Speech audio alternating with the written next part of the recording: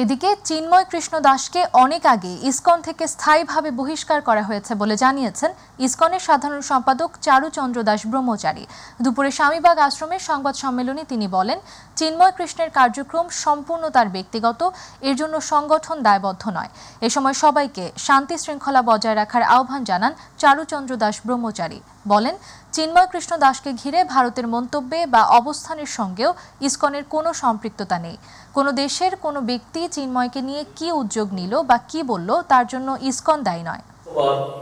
2024 ইংরাজি তারিখে অফিসিয়াল বিবৃতির মাধ্যমে জানানো হয় যে চিন্ময় কৃষ্ণ দাস চন্দন কুমার ধর ইসকন বাংলাদেশের মুখপাত্র নন, তাই তার বক্তব্য সম্পূর্ণ তার ব্যক্তিগত।